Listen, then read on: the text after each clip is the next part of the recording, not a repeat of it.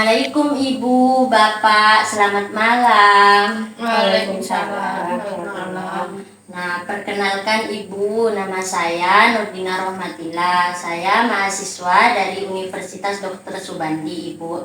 Nah, di sini Ibu, saya ingin mengajak Ibu sama Bapak untuk edukasi tentang keluarga berencana atau KB ya Ibu. Nah, di sini saya punya leaflet Ibu. Jadi, tidak apa-apa ya Bu, berdua ya? Iya, Ya. apa? Nah, di situ boleh dilihat ya Ibu, di situ ada KB. KB itu untuk merencanakan jumlah atau jarak kelahiran anak agar tercipta keluarga yang sehat, sejahtera, dan berkualitas ya Ibu. Nah, itu KB juga ada tujuan Bu. Nah, tujuannya itu banyak Bu. Nah, tujuannya itu mengatur jarak kehamilan ibu. Ada juga mencegah kehamilan yang tidak ibu inginkan. Ada untuk mencegah kesehatan ibu dan juga anak. Nah, yang terakhir itu Ibu untuk meningkatkan kesejahteraan keluarga. Nah, Bu, di situ ada jenis-jenis metode KB. Ibu, di situ ada 3 Bu. Nah, di situ ada metode yang jangka panjang, ada yang jangka pendek, dan juga ada yang permanen Bu. Nah, di situ Bu ada yang jangka pendek. Nah, yang jangka pendek itu Bu ada pil KB. Nah, pil KB itu Bu berisi hormon untuk mencegah ovulasi, di mana ibu itu harus minum setiap hari secara teratur. Nah, itu juga efektif ya Bu bila digunakan dengan teratur dan juga benar. Yang kedua itu Ibu ada suntik KB. Nah, suntik KB sama juga Bu, mengandung hormon untuk mencegah kehamilan. Nah, itu Bu pemakaiannya secara disuntik ya Ibu. Ibu bisa memakai setiap 1 sampai 3 bulan sekali. Nah, itu juga praktis Ibu, sama kayak pil KB. Nah, yang terakhir itu ada kondom Bu. Jadi itu kondom ada 2 macam Ibu. Ada kondom buat ibu, ada juga yang buat bapak ya. Nah, itu Bu kondom itu mencegah kehamilan juga. Nah, jadi sama ya Bu, untuk mencegah kehamilan sama dengan pil KB sama suntik KB. Nah, jadi itu Bu, kalau ibu mau pakai kondom, ibu itu harus di saat mau berhubungan saja. Jadi ibu kalau mau berhubungan baru dipakai. Jadi tidak setiap hari. Kapan di saat ibu mau berhubungan. Nah, di situ Bu, yang kedua ada metode jangka panjang. Di situ Bu ada implan atau susuk KB. Nah, susuk KB itu Bu kayak batang kecil, sama kayak yang suntik KB, fungsinya juga berisi hormon yang ditanam di bawah kulit di lengan atas ya Bu. Nah, itu juga untuk jangka pemakaiannya itu yang efektif dari 3 sampai 5 tahun ya Ibu. Itu juga aman dan sangat efektif juga. Yang kedua itu ada IUD atau spiral. Nah, IUD itu Bu alat kecil yang dipasang di dalam rahim. Nah, itu juga efektif Ibu. Efektif selama 5 sampai 10 tahun tergantung jenisnya tapi Bu. Nah, di situ Ibu IUD itu tidak mengganggu aktivitas keseharian Ibu. Ya Ibu. Baik Ibu, untuk selanjutnya itu ada metode permanen ya Bu.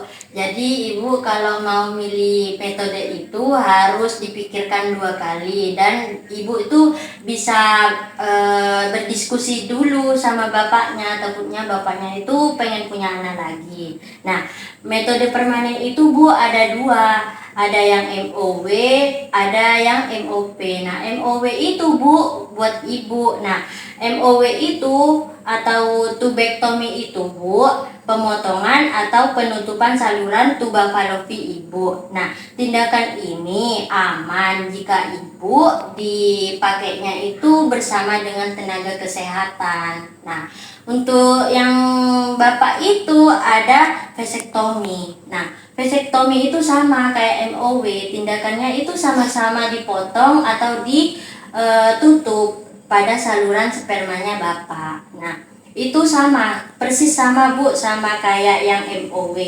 Tindakannya, untuk pemakaiannya itu sama-sama permanen Bapak Ibu. Nah, untuk selanjutnya itu ada manfaat KB.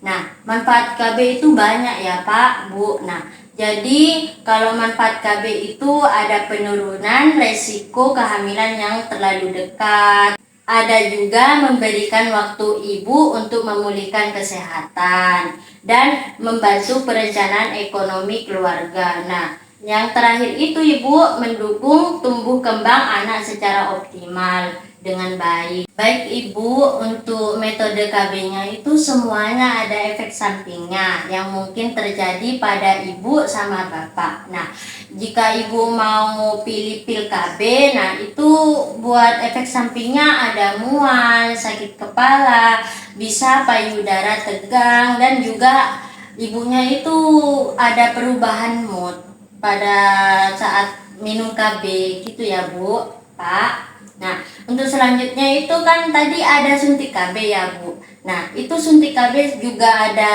efek sampingnya. Nah, untuk efek sampingnya pil KB, suntik KB itu ada perubahan pola haid. Nah, jadi Ibu kalau haid itu bisa berubah. Nah, yang selanjutnya itu sama kayak sakit kepala. Nah, ada juga perubahan berat badan atau nyeri pada bekas suntikan ibu itu juga ada. Nah, selanjutnya ada implan atau susu KB. Nah, di situ Bu, implan atau susu KB itu efek sampingnya yang akan terjadi sama ibu ada perubahan pola haid juga, sakit kepala, keluar jerawat, dan juga ada nyeri atau memar di bekas tanam implan itu Ibu. Baik Ibu, untuk selanjutnya ada IUD atau spiral. Nah, spiral itu efek sampingnya bisa Ibu itu kram di bagian perut, perdarahan tidak teratur, dan juga nyeri saat haid atau ada keputihan juga nanti Ibu yang bisa efek sampingnya keluar. Nah, yang selanjutnya itu ada kondom Pak Bu. Nah, kondom itu bisa juga alergi Bu. Nah, alergi lateks. Nah, di situ kondom itu biasanya nggak enak pada ibu sama bapak. Bisa merasakan rasa yang tidak enak atau tidak nyaman. Juga ada iritasi juga bisa jadi. Tapi itu jarang Bu. Jarang terjadi. Baik Bu, Pak, yang terakhir itu kan tadi ada metode KB yang permanen ya. Itu juga ada efek sampingnya Bu, Pak. Nah, itu biasanya ada nyeri ringan di area operasi. Nah, Ibu itu kalau milih metode yang permanen itu nanti Ibu dioperasi di bagian perutnya. Nah, itu selesai operasi Ibu juga bisa mengalami nyeri. Dan ada juga bengkak dan juga ada memar. Nah, tapi memarnya itu sementara Bu, Pak. Tuh. Ibu, di situ ada pesan penting. Nah, pesan pentingnya apa sih? Nah, pesan pentingnya itu Ibu harus pilih metode KB sesuai kesehatan dan rencana Ibu sama Bapak untuk memiliki anak. Nah, yang kedua itu gunakan KB secara benar dan teratur agar pemakaiannya itu efektif Pak, Bu. Nah, gitu ya Bu. Nah, yang selanjutnya itu Ibu sama Bapak harus konsultasi dengan tenaga kesehatan jika mengalami efek samping atau ingin mengganti metode KB-nya. Nah, yang terakhir itu Bu, Pak, suami istri atau Bapak sama Ibu itu sebaiknya berdiskusi terlebih dahulu jika mau memilih metode-metode KB itu ya. Baik Bu, Pak, untuk selanjutnya apakah Ibu sama Bapak ada yang ingin ditanyakan dengan apa yang saya dari tadi jelaskan? Ini loh Bu, kan banyak tuh yang bilang ya kalau misalkan pakai kondom itu juga bisa kebobolan. Soalnya ada tetangga ya di sini udah pakai kondom tapi tetap jadi Nah, Oh iya, nah Berarti ibu, bapak itu kadang penggunaannya salah. Kalau kebalik itu juga bisa bocor loh pak, bu. Spermanya nanti seandainya bapaknya yang pakai kondom itu nanti bisa bapaknya tuh spermanya kalau bocor keluar. Balik nih, itu tuh yang paling Iya begitu bu. Mungkin ibunya pengen make yang mana, atau bapaknya atau yang mau make? Enggak Apa ada, biar gimana? istri saya aja. Oh iya. Pakai IUD aja ya Bu. Oh iya. Iya sih enak yang IUD. Oh iya enak bu, itu asalkan ibu itu mau. Gitu, Tapi kan mau ini memilih KB-nya. bukan hormonal kan ya yang IUD. Enggak. Oh, jadi gak kira bikin gemuk atau jerawat. Oh, yang IUD itu cuman biasanya ya Bu, yang tadi saya jelaskan itu bisa kram di perut, pendarahan itu tidak teratur, dan juga nyeri pada saat haid gitu Bu.